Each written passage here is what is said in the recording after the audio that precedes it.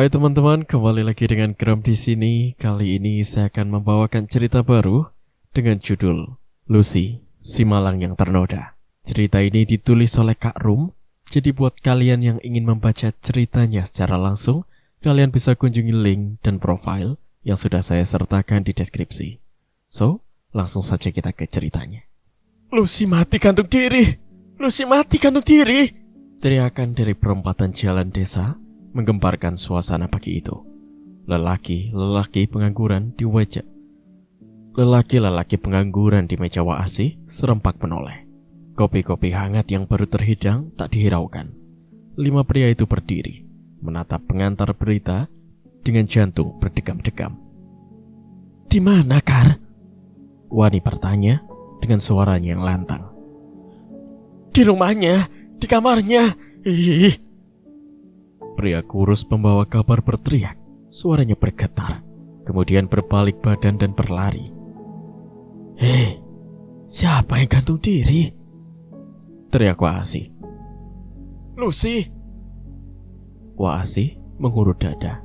Detak jantungnya bekerja 2 kali lipat lebih cepat. Kalimat istighfar berulang kali keluar dari mulutnya.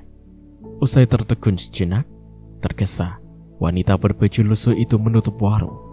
Rasanya kabar duka itu hanyalah mimpi.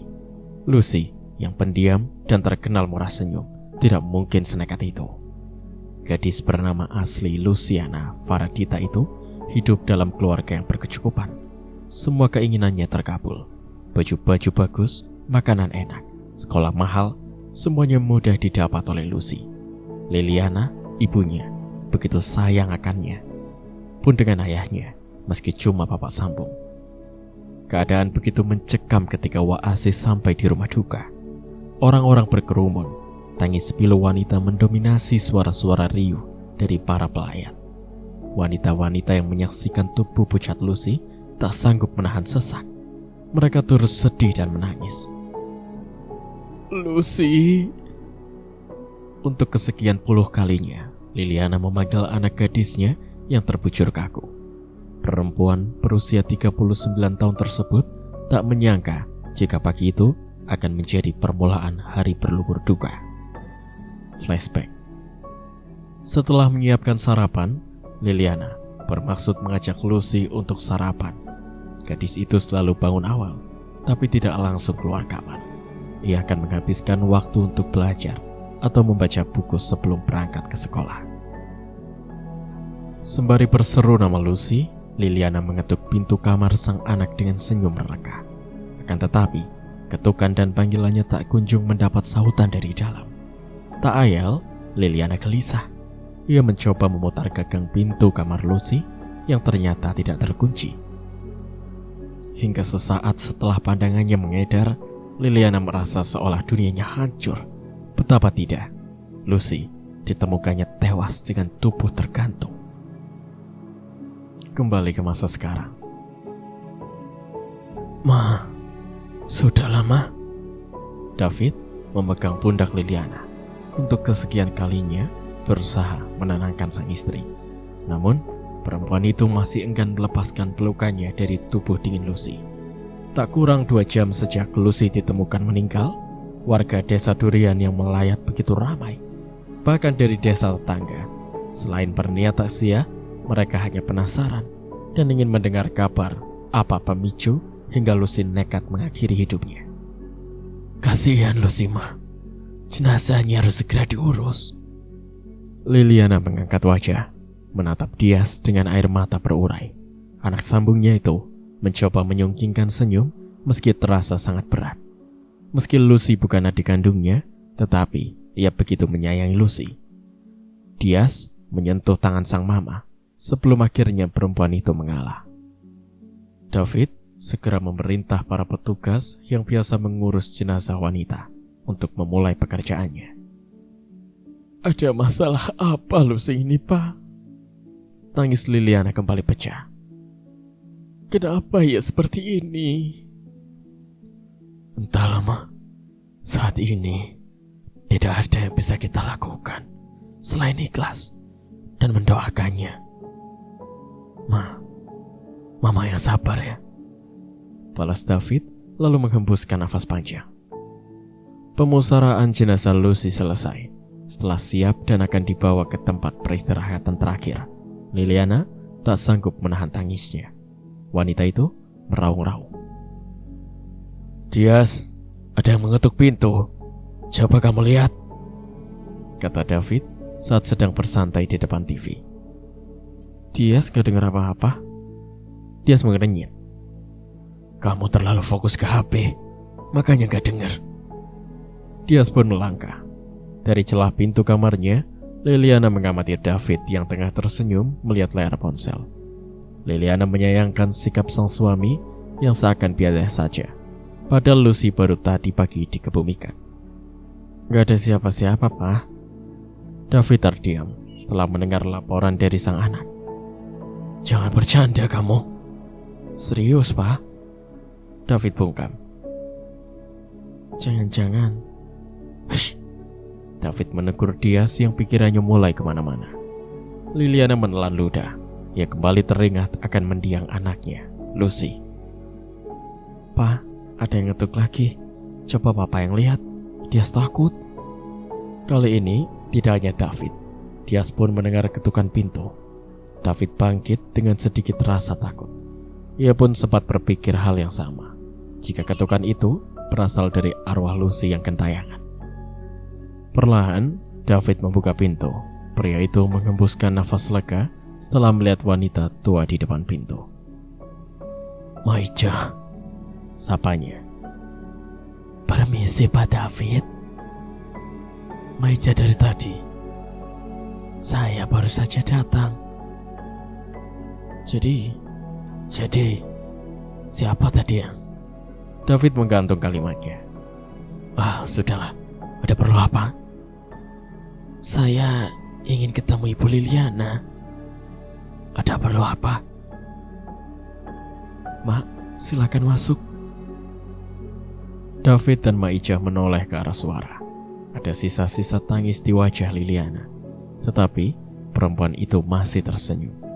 David mundur selangkah demi memberi ruang kepada Maija untuk lewat.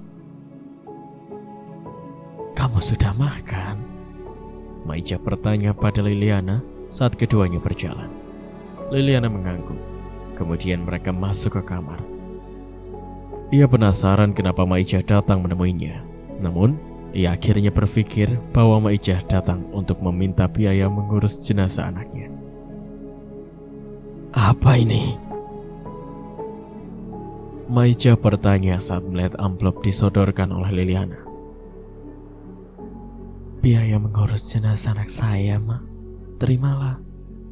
Maija menggeleng, tersenyum. Kami tidak pernah meminta tarif setiap mengurus jenazah, Bu. Kami melakukannya dengan ikhlas. Tutur Maija. Terima kasih, Mak. Terima kasih banyak. Maija mengangguk. Kemudian pandangannya beralih pada pintu yang tertutup. Ada hal yang terus saja mengusik pikirannya sejak pagi tadi. Ia ingin memendamnya, tapi hati nuraninya berontak. Kamu pasti bertanya-tanya, kenapa saya datang ke sini? Liliana mengadu pandangan dengan Maija yang duduk menghadapnya.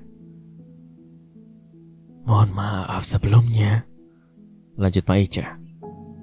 Apa kamu sudah tahu kalau Lucy sedang hamil? Sontak saja Liliana membulatkan mata. Dua tangannya membekap mulut.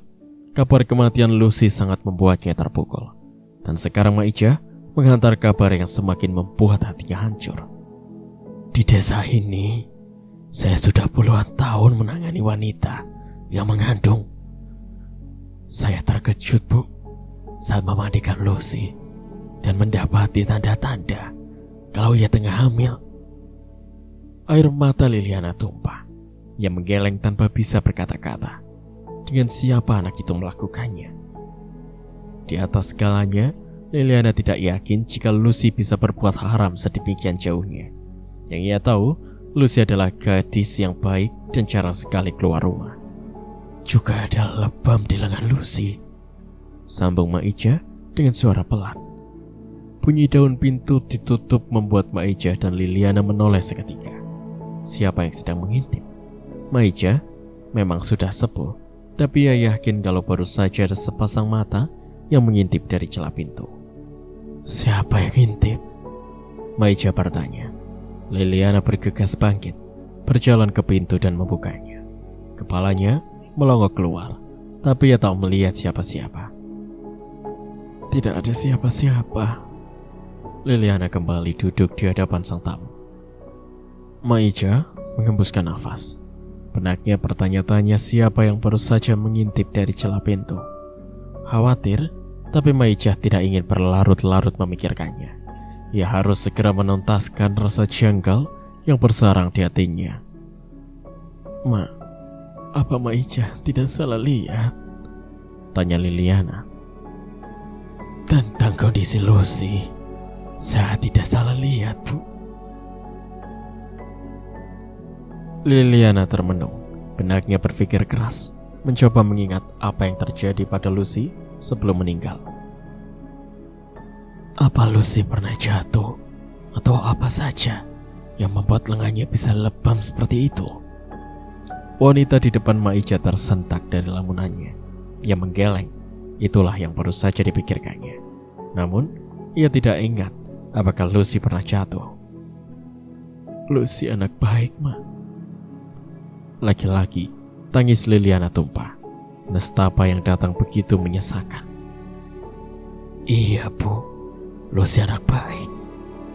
Maija mengelus lengan Liliana. Tapi maaf, saya sedikit janggal dengan kematian Lucy. Maksud Maija bagaimana?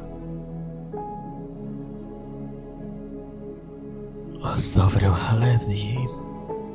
Maija mengusap dada. Wanita sepuh itu merasa bersalah telah ceroboh mengungkapkan rasa janggal di benaknya. Maija berpikir, apa ada yang sengaja melenyapkan Lucy? Kejar Liliana. Maija menatap Liliana ragu. Ia kemudian mengalihkan pandangan pada daun pintu kamar. Katakan, Ma, desak Liliana. Maija akhirnya mengangguk. Disusul isak Liliana. Semoga saja dugaan dan firasat saya salah, Bu. Liliana tidak menanggapi ucapan Maija. Fokusnya kacau. Pikirannya berkelana pada masa-masa indah bersama Lucy. Juga tentang hal yang mungkin mengarah pada rencana gadis itu sebelum meninggal. Bu, kalau begitu saya permisi. Maija menatap Liliana. Tolong jaga rahasia ini ya, pinta Liliana. Perempuan sepuh itu tersenyum kecil. Tentu, Bu. Terima kasih, Ma. Maija tersenyum lagi, lalu bangkit dan berlalu. Terngiang ucapan Maija tentang kejanggalan tewasnya Lucy, Liliana berderap keluar. Di depan TV, Liliana hanya melihat Dias. David tidak terlihat di sana. Ia terus melangkah hingga akhirnya tiba di depan pintu kamar mendiang anaknya. Suasana kamar Lucy membuatnya kembali teringat akan sosok Lucy. Ia menahan agar tangisnya tidak pecah. Liliana mendekat ke arah meja rias. Ia membuka laci. Tidak ada sesuatu yang ia dapatkan sebagai petunjuk. Ada dua hal yang menjadi fokus pencariannya. Ponsel milik Lucy dan buku hariannya. Sontak, Liliana menoleh ke belakang. Ia mendengar seperti ada benda jatuh ke lantai. Pandangannya mengedar, tetapi ia tak menemukan apapun. Perempuan itu bangkit, lalu berjalan ke arah lemari. Pakaian Lucy tertata rapi seperti biasanya. Setiap sisi lemari ia geledah, tapi ponsel Lucy tidak ditemukannya. Nafas Liliana terpacu lebih kencang, hingga kemudian matanya membulat ketika melihat kaca rias. Lucy! Ia terpekik, namun sosok yang baru saja dilihatnya dari pantulan kaca tidak ada. Nafas Liliana mulai tersengal, mengayun langkah untuk menuju di mana sosok Lucy tadi terlihat. Di dekat saklar lampu, matanya kembali berair. Rasa sedih membuatnya kembali rapuh. Lucy sayang. Liliana menyebut nama sang anak saat tiba-tiba lemari berbunyi. Pintu lemari terbuka dan bergoyang-goyang dengan pelan. Ia yakin jika Lucy sedang berada di ruangan yang sama dengannya. Gadis itu hadir. Kamu pulang, nak? Liliana melangkah. Saat mendekat pada lemari, ia merasakan hembusan angin melewati tubuhnya. Lucy, sebuah buku kecil tersemat di dalam saku baju yang digantung. Melihat itu, seketika Liliana berpikir jika Lucy mungkin ingin menunjukkan sesuatu kepadanya. Dengan tangan gemetar, Liliana meraih buku kecil itu. Ia membuka perlahan. Foto Lucy dengan dirinya tertempel di halaman pertama. Mama, I love you. Demikian tulisan singkat di bawah foto tersebut. Air mata Liliana pun kembali luruh. Bahunya berguncang. Didekapnya buku kecil tersebut dengan kuat. 2 menit larut dalam tangis.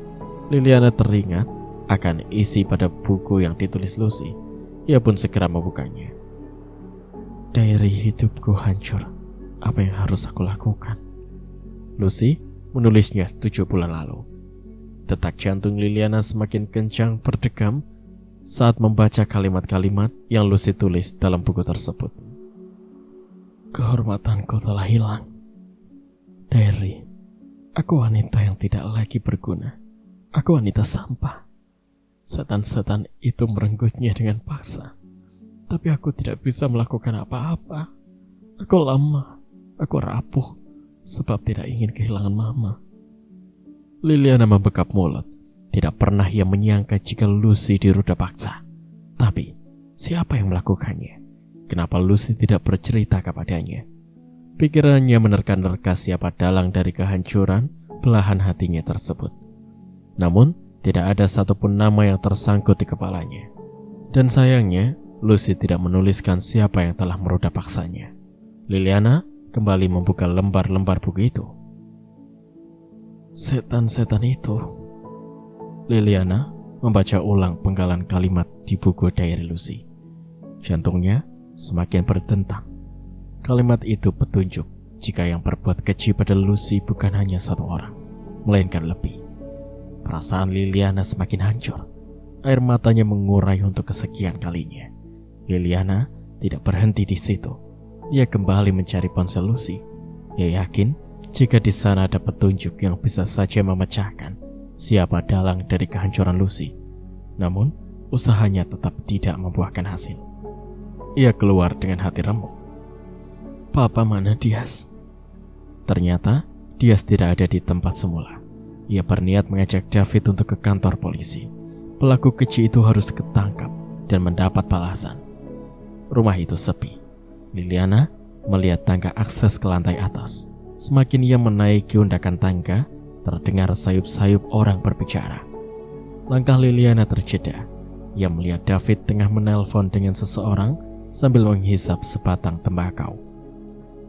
Urus dia malam ini juga. Dan ingat, jangan sampai meninggalkan jejak. Suara David tegas tertahan. Entah mengapa, pikiran Liliana menyimpulkan jika suaminya turut terlibat atas tewasnya Lucy. Akal dan hati kecilnya berperang antara percaya atau tidak. Mama, suara Dias dari dasar tangga membuat Liliana menoleh. Celakanya, David juga mendengarnya. Pria itu melangkah pelan-pelan hingga terlihat Liliana berada di tangga, berjarak dekat dengan dirinya yang kini. Jadi kamu menguping percakapanku, Liana? Tanya David dengan tatapan dingin. Emosi yang menguap perlahan teredam saat Liliana mengikuti gerakan tangan David. Mata sembab Liliana melebar ketika David mengeluarkan sebuah pisau kecil dari saku celananya. Jadi, kamu masih yang... Betul. David menyeringai. Langkahnya pelan terayun hingga pria itu berada di undakan tangga paling atas. Padahal aku sudah melakukan segala usaha agar semua ini tidak tercium oleh Mulyana. Tapi gara-gara orang tua itu, rencanaku berantakan. Kamu jahat, Mas. Liliana memekik. Suaranya gemetar. Tak sedikit pun terbesit jika David yang selama ini begitu memperlakukannya dengan istimewa bisa berbuat sekejam itu. Aku tidak bisa menahan diri saat melihat Lucy, Liana. Dia begitu cantik. Ucapan David yang terdengar enteng justru membuat jantung Liliana semakin kencang berdetak. Perempuan itu menggeleng dengan air mata tumpah untuk kesekian kali. Dadanya berjejal dendam.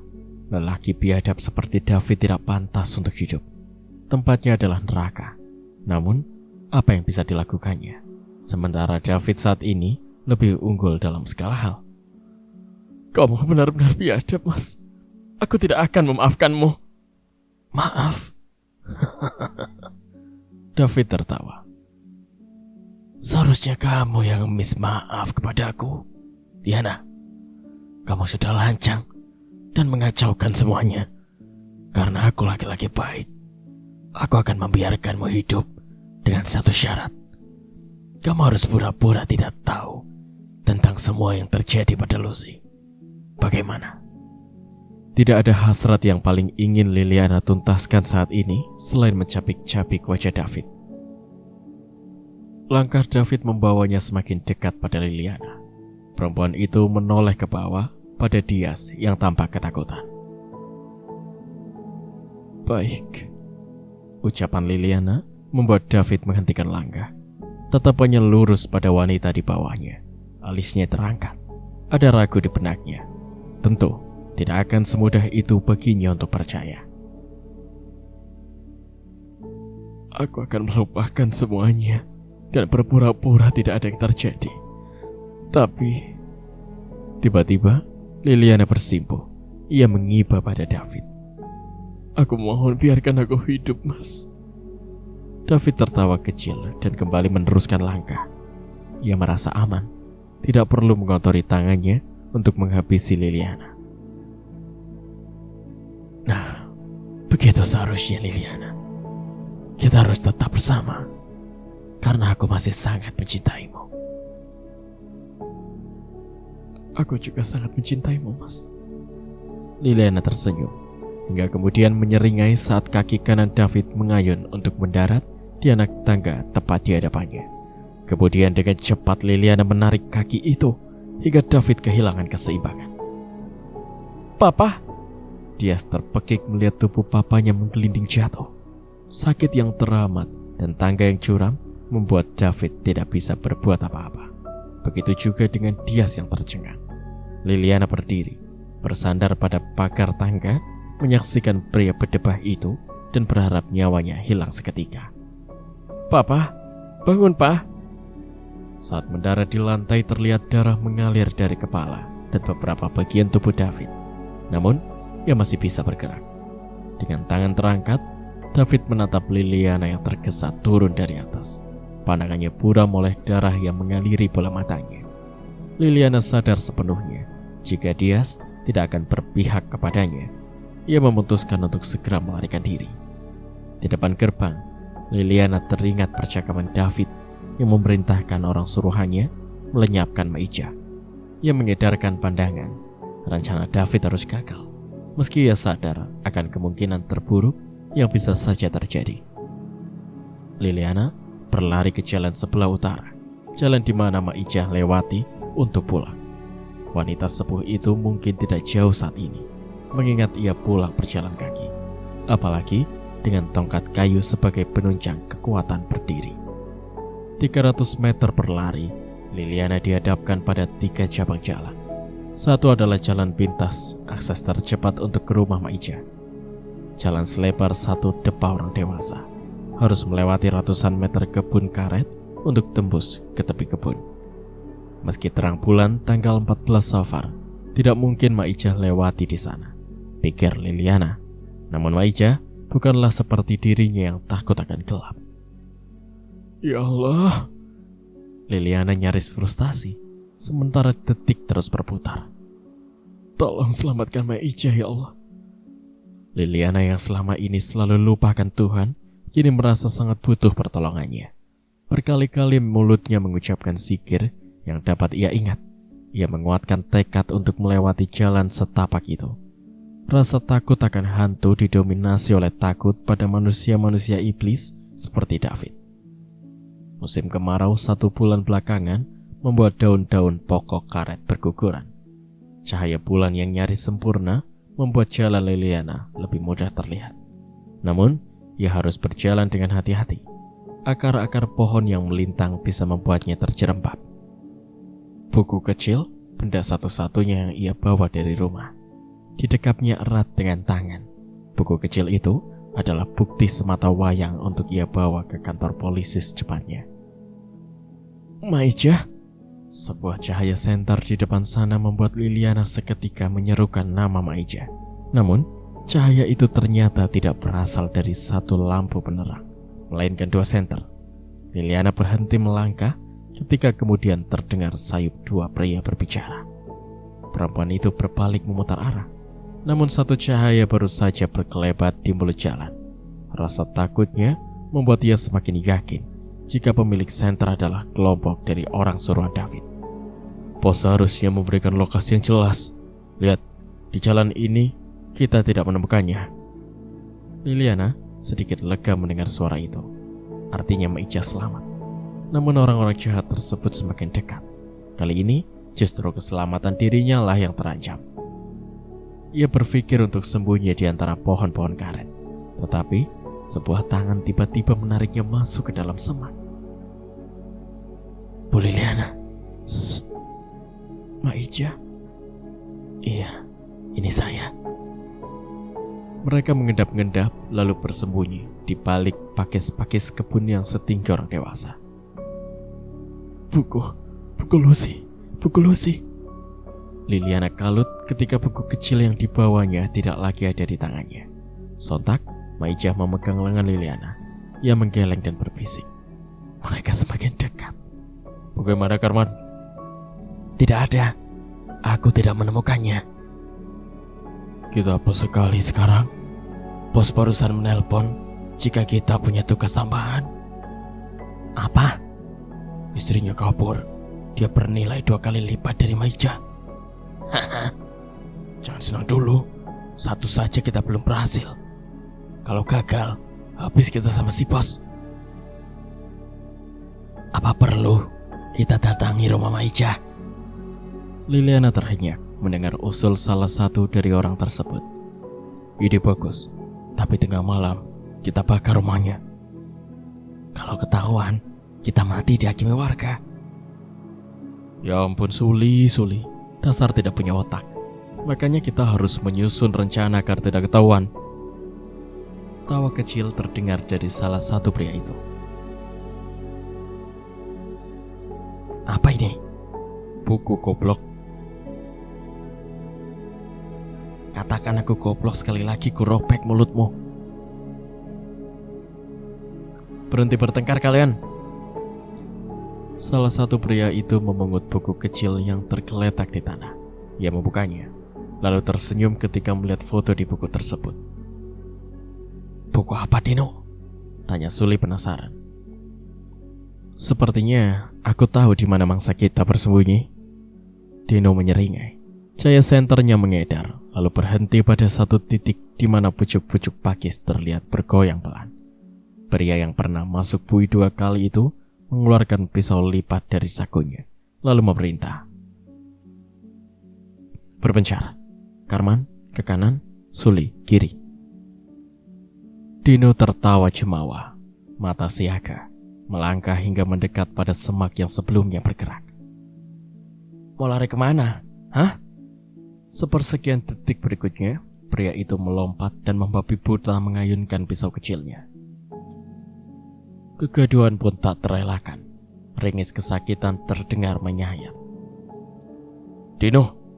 Karman memekik, berusaha melerai Dino yang seperti kesetanan pada orang di depannya. Darah segar menyelimuti pisau di tangan Dino. Anyir menusuk-nusuk hidung. Kau gila, Dino! Karman yang berusaha melerai juga terkena sayatan di lengan. Meski tidak terlampau parah, hingga akhirnya ia berhasil menghentikan Dino. Keduanya tersungkur ke belakang setelah Karman menarik Dino yang kalap. Dino, sadar! Yang kau bunuh itu Suli. Dia Suli. Mata Dino membulat. Nafasnya masih tersengal. Ia menatap Karman yang meringis kesakitan. Tak mungkin Dino percaya dia tidak gila sehingga harus menghabisi kawan sendiri. Jangan bercanda kau. Kau sudah tak waras. Karman mendengkus, bangkit dan segera meraih senter yang sebelumnya terlempar di dalam semak tidak jauh dari dirinya. Lekas, pria itu melihat kondisi Suli yang begitu memprihatinkan. Suli tergeletak tak berdaya. Suara lemahnya mengaduh sakit. Pria malang itu merintih. Suli? Karman meringis. Suli mendengar, tapi tidak sanggup menjawab. Ia berjibaku dengan sakit yang teramat sangat. Dino juga bangkit. Ternyata benar, yang tadi dijadikan bulan-bulanan olehnya adalah Suli, temannya sendiri. Kenapa bisa? Mata Suli terpejam. Nafasnya sudah tersendat-sendat. Tubuhnya menggeliat lemah. Ayo bawa ke rumah sakit, Karman. Mustahil. Karman memekik. Jarak puskesmas Ambawang terlalu jauh. Butuh setidaknya 2 jam dengan kondisi jalan desa yang memprihatinkan. Betapa kesalnya Karman pada Dino. Padahal sebelumnya ia sudah berteriak jika yang berada di hadapan Dino adalah Suli, bukan Maijah ataupun Liliana. Tapi Dino tak mengindahkan pria itu, bak kerasukan setan, dan menghujamkan pisaunya pada tubuh Suli tanpa ampun. Dino disungkupi sesal luar biasa. Pria itu beringsut mundur. Bermacam tanya tumbuh di kepalanya. Kenapa bisa? Lalu, kenapa ia tak menyadari itu sejak awal? Sementara itu, Liliana dan Maijah terus menyusuri jalan tikus di antara pohon-pohon karet yang menjulang. Pikiran Liliana mengambang. Ia sempat menyaksikan kericuhan yang terjadi oleh Dino. Wanita itu merasa mual, bahkan histeris muntah, meski pembacokan Dino pada temannya tidak begitu terlihat jelas. Bu Liliana, istirahat saja dulu kalau capek, kata Maijah. Saya masih kuat berjalan. Kemana kita saat ini? Ke rumah saya. Mereka pasti akan menyusul kita ke rumah Maijah. Maijah terdiam. Sepertinya wanita parubaya itu sedang memikirkan sesuatu. Berdoa saja. Semoga semuanya baik-baik saja. Semoga. Tidak ada suara lagi selain deru nafas mereka dan bunyi daun-daun kering yang terinjak. Kalau saja bukan karena ide Maijah, entah seperti apa nasib mereka. Maijah melemparkan dahan kering lapuk pada semak-semak pakis, sehingga para penjahat itu mengira jika Liliana dan Maijah berada di balik pakis-pakis tinggi tersebut, sementara Maijah dan Liliana bersembunyi di balik pohon besar. Ketika keributan itu terjadi, kesempatan mereka untuk melarikan diri. Liliana masih tidak habis pikir kenapa Dino bisa tidak sadar jika yang diajarnya adalah temannya sendiri. Sungguh di luar nalar. Sekelebat muncul anggapan jika Maijah memiliki ilmu yang bisa membuat lawannya terkelabui. Atau mungkinkah ada campur tangan arwah Lucy? Di depan sana kita hampir sampai, Bu Sudah. Suara Maijah membuyarkan lamunan Liliana. Lampu penerang yang sedikit redup terlihat. Mereka tiba di belakang rumah Maijah. Maijah mendorong pintu belakang yang terbuat dari papan. Rumah sederhana, sepi. Hanya ada 3 lampu di teras, dapur, dan ruang tengah. Maijah tinggal sendirian. Liliana penasaran. Ia duduk bersandar pada dinding dapur. Sejak 1 tahun lalu, ia ikut David ke desa ini. Ia tidak pernah masuk ke rumah Maijah, hanya beberapa kali lewat. Saya tinggal dengan cucu. Kuliah di kota. 2 minggu sekali baru pulang. Liliana mengangguk. Maijah menuang air dari cairan di atas kompor ke dalam gelas yang dipegangnya. Namanya Arman. Ibunya kerja di luar negeri. Lanjut Maijah. Kamu pasti haus? Liliana mengambil air di tangan Maijah. Ia memang sangat haus. Diminumnya air itu hingga tandas. Saya tidak punya makanan. Kalau lapar, biar saya masak dulu. Tidak. Saya tidak lapar, Mak. Tolak Liliana. Tidak ingin membuat repot Maijah. Wanita baya itu sudah sangat membantunya. Bahkan sebabnya pula Maijah terseret ke dalam masalah yang sangat besar ini. Kamu akan tinggal di sini sementara waktu. Mereka pasti akan mencari saya, mencari kita, Mak. Jangan khawatir, saya akan minta tetangga sekitar untuk berjaga. Di sekitar rumah Maija ada 5 rumah yang jaraknya cukup dekat. Mungkin sebaiknya saya pergi besok pagi-pagi sekali. Maija menghela nafas. Kamu akan tinggalkan Lucy? Pertanyaan Maija membuat Liliana sedih. Saya akan lapor polisi, Ma. Para pedebah itu harus ditangkap dan membusuk di penjara. Emosi Liliana nampak berkobar di matanya yang perlahan berkaca-kaca. Hanya di penjara? Maija mengangkat alis. Kamu merasa cukup hanya melihat mereka di penjara? Liliana menelan ludah. Maija benar. Perbuatan mereka sungguh di luar batas. Mereka sangat kejam. Terlebih David, lelaki yang saat ini masih berstatus suaminya. Polisi pasti akan membongkar makam Lucy. Tidak masalah. Tidak kasihan kamu sama Lucy? Justru saya kasihan jika para penjahat itu tidak mendapat hukuman yang berat. Hukum negeri ini tidak masuk akal, Yana. Ucap Maija terdengar ketus dan penuh emosi. Liliana teranyak. Apalagi mendengar Maija memanggil namanya untuk pertama kali. Apa yang mereka pantas terima selain kematian? Lanjut Maija. Mata Liliana melebar. Bagaimana caranya? Di lain tempat, kentongan dari pos ronda terdengar nyaring. Mendengar itu, para warga berdatangan dengan tergesa. Bahkan yang tengah menyadap karet dan berada di ladang segera meninggalkan pekerjaannya. Mereka sudah hafal, jika ada kentongan berbunyi dengan cepat dan nyaring, itu pertanda sedang terjadi kekacauan atau musibah. Karman, ada apa? Karman menghentikan pukulannya pada kentongan yang terbuat dari bambu tersebut. Mayat, ada mayat di kebun karet. Mayat? Mayat siapa? Jangan bercanda. Saya tidak tahu mayat siapa. Saat saya mau berangkat menyadap getah, tak sengaja melihat jasad penuh darah di kebun karet Pak Kades. Ucap Karman dengan wajah takut. Riuh rendah suara warga terdengar.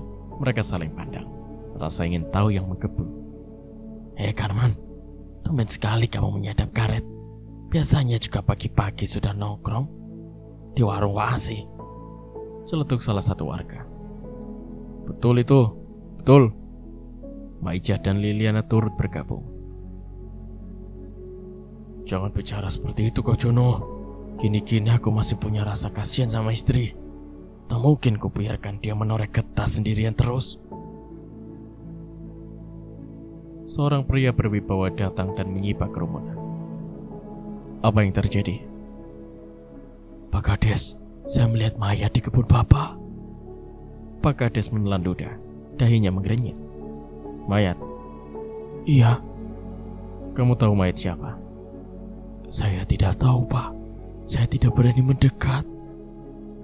Ayo kita lihat ke sana untuk memastikan. Para warga yang semakin ramai berbondong-bondong mengikuti Karman yang menjadi penunjuk jalan.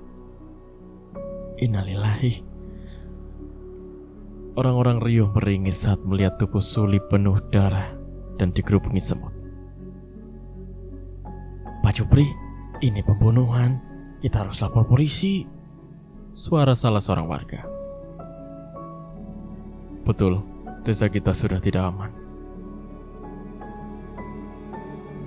Tenang. Pak Jupri mengangkat tangan. Kita tidak perlu melaporkan kasus ini ke polisi. Saya berjanji, kejadian seperti ini tidak akan terulang. Bagaimana kalau terulang lagi? Iya, bagaimana? Timpal yang lain. Saya akan mengundurkan diri dari jabatan saya sebagai kepala desa.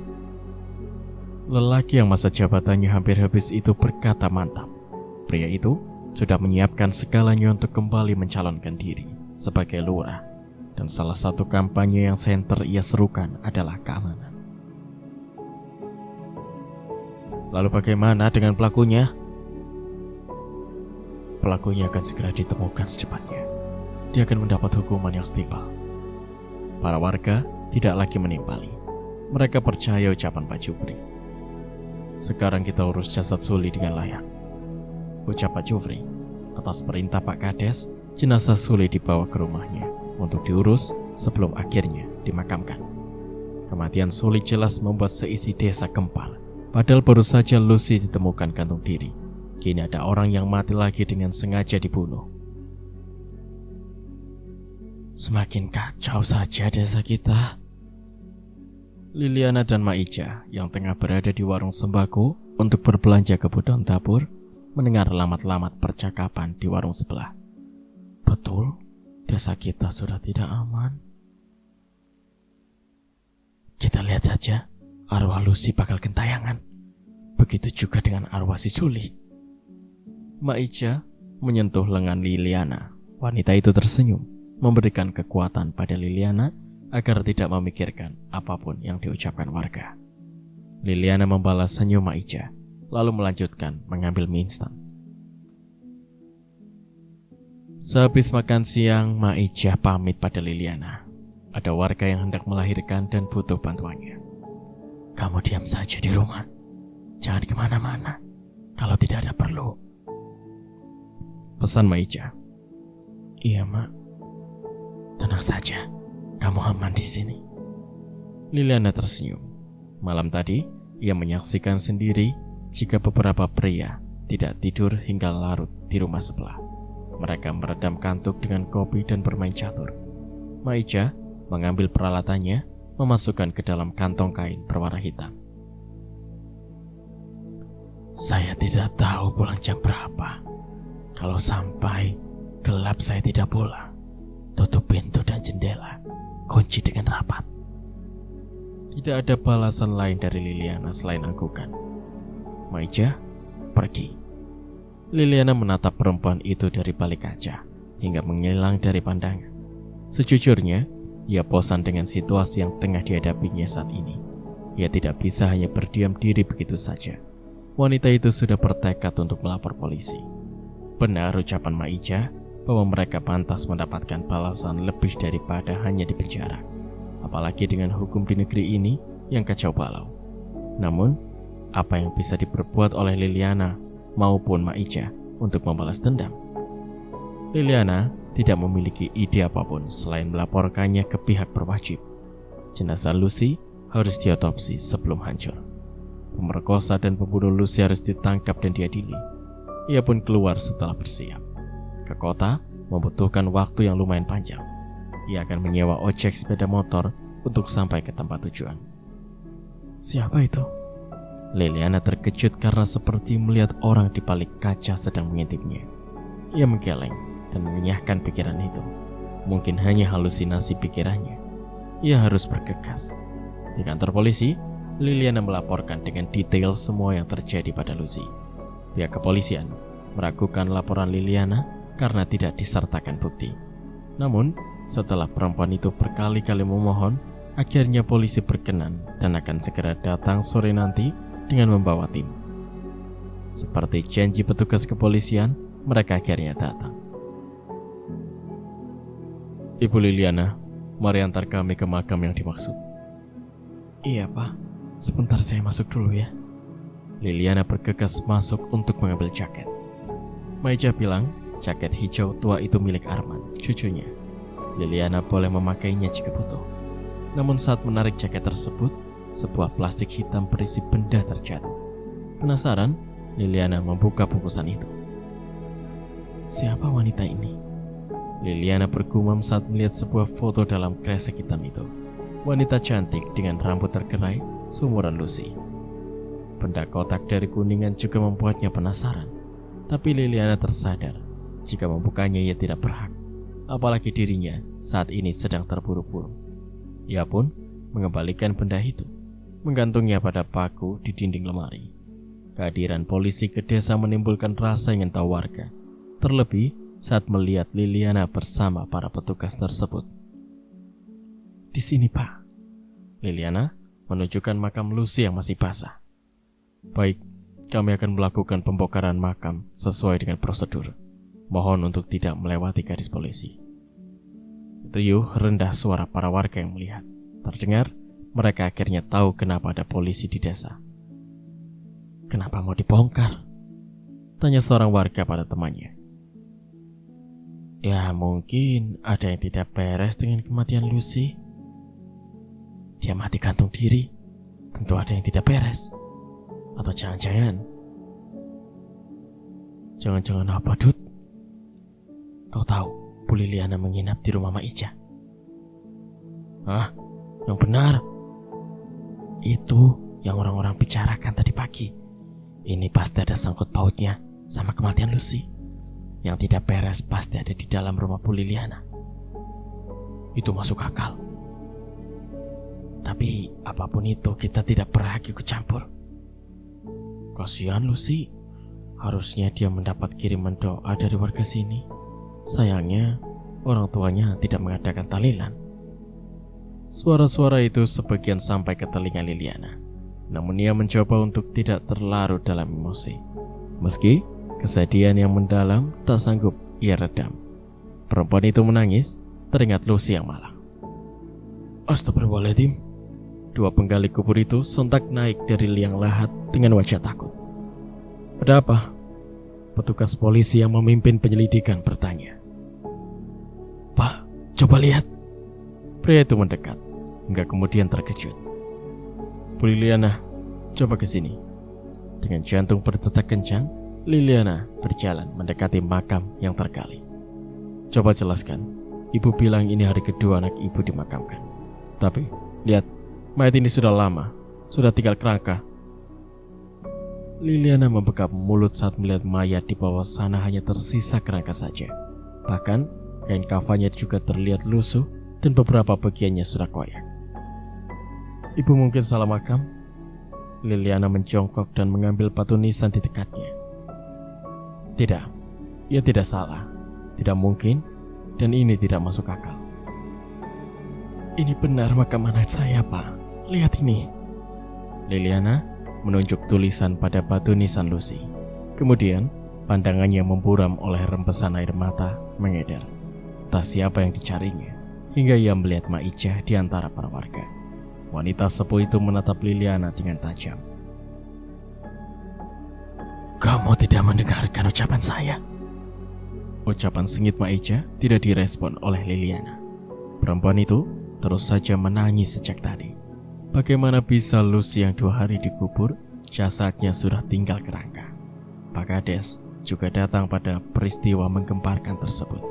Setelah berbicara dengan orang nomor 1 di desa, petugas kepolisian datang kepada Liliana. Maaf Bu, kami tidak bisa meneruskan penyelidikan ini. Tentu saja Liliana terkesiap mendengar penuturan polisi itu. Kenapa bisa begitu, Pak? Ibu lihat sendiri, bagaimana kami bisa melakukan otopsi sementara jenazah sudah tinggal belulang. Dada saja. Pak, ini bentuk kejahatan lain. Pasti ada yang menukar jenazah anak saya. Ibu ada bukti? Tidak masuk akal. Bagaimana mungkin jenazah anak saya yang baru dikubur 2 hari sudah tinggal kerangka seperti itu? Saya tanya, ibu ada bukti kalau jenazah anak ibu itu ditukar? Semua orang pasti berpikir sama dengan saya, Pak. Tapi saya tidak. Di alam kubur semua bisa saja terjadi, termasuk yang terjadi pada anak ibu. Semua orang tahu kalau anak saya meninggal 2 hari yang lalu, dan ini kuburannya. Liliana begitu emosional, amarahnya menguap. Kami sudah membongkar makam yang ibu maksud, dan kita semua sudah melihat sendiri si makam ini. Tolong selidiki kasus ini, Pak. Liliana menjatuhkan diri, memohon pada polisi tersebut agar Lucy mendapat keadilan. Maaf Bu, banyak pekerjaan yang harus kami kerjakan. Polisi itu tidak peduli. Kembalikan makam itu seperti sedia kala, perintahnya kepada para anak buahnya. Pak, teriak Liliana, tapi diabaikan. Sudahlah. Maijah menyentuh lengan Liliana. Perih hatinya. Besar harapan Liliana untuk mendapat keadilan. Namun nyatanya yang dituainya hanyalah kekecewaan yang teramat menyesakan. Minum ini, kata Maija memuraikan lamunan Liliana. Liliana menatap gelas di tangan Maija, lalu meraih dan meneguk isinya. Maija duduk di depan Liliana. Pandangannya kosong keluar jendela. Pikirannya jauh berkelana. Ma juga berpikir sama dengan saya kan, Ma? Suara Liliana parau. Tidak mungkin jenazah Lucy bisa seperti itu. Saya yakin ada yang menukarnya. Maija menarik pandangan, menatap wajah sendu wanita di hadapannya. Mungkin. Jantung Liliana berdentam. Tapi siapa? Dan untuk apa? Saya juga tidak tahu. Air mata Liliana meleleh melewati pipi-pipinya yang putih. Tapi kenapa, Mak? Wanita yang meninggal dalam keadaan hamil dipercaya memiliki keistimewaan sendiri. Mata Liliana melebar. Beragam tanya berkelebat di kepalanya. Konon, siapa yang berani dan berhasil mencuri jari manis bayi yang lahir dalam kubur, dia bisa menjadikan iblis sebagai pesuruhnya. Ia akan mempunyai kesaktian. Lahir di kubur? Ya, jari manis bayi itu harus diambil dengan gigi mereka yang berani mencurinya. Liliana pernah mendengar cerita bayi yang lahir dalam kubur. Ia juga pernah membaca jika kejadian itu di dalam ilmu medis disebut coffin birth. Bayi yang keluar dari rahim ibunya setelah dipetikan atau dikuburkan. Tapi itu membutuhkan waktu berhari-hari. Tapi Ma, Lucy baru dikubur 2 hari. Tidak mungkin bayinya keluar secepat itu. Itu mungkin menjadi jawaban kenapa jenazah Lucy ditukar. Maksud Maija? Tentu banyak orang yang menginginkan jari manis dari bayi Lucy. Sebelum ada yang mengambilnya, seseorang mencuri jenazah Lucy lebih dulu. Penjelasan Maija membuat Liliana tercengang. Masuk akal. Tapi kenapa ada manusia seperti itu? Ma, tolong lakukan sesuatu, ucap Liliana pelan. Tatapannya kosong. Api dendam bergejolak di dadanya. Maija menatap Liliana. Wanita sepuh itu menghela nafas dalam. Ia sudah lama ingin mendengar kalimat itu dari Liliana. Maija tidak bersuara. Perempuan berambut nyaris seluruhnya putih itu bangkit dan berjalan ke arah jendela. Hari sudah meremang, sebentar lagi gelap. Baru saja Maija menarik daun jendela, tiba-tiba tangannya berhenti. Sebuah kupu-kupu hitam masuk dan mengitari ruangan dapur sempit Maija. Ada apa, Mak? Akan ada tamu. Siapa?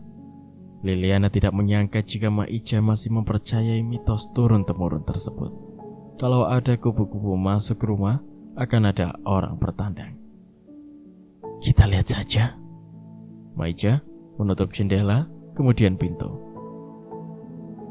Itu baju ganti untukmu. Maija menunjuk sebuah gamis yang terlipat di ujung tembok. Punya siapa ini, Mak?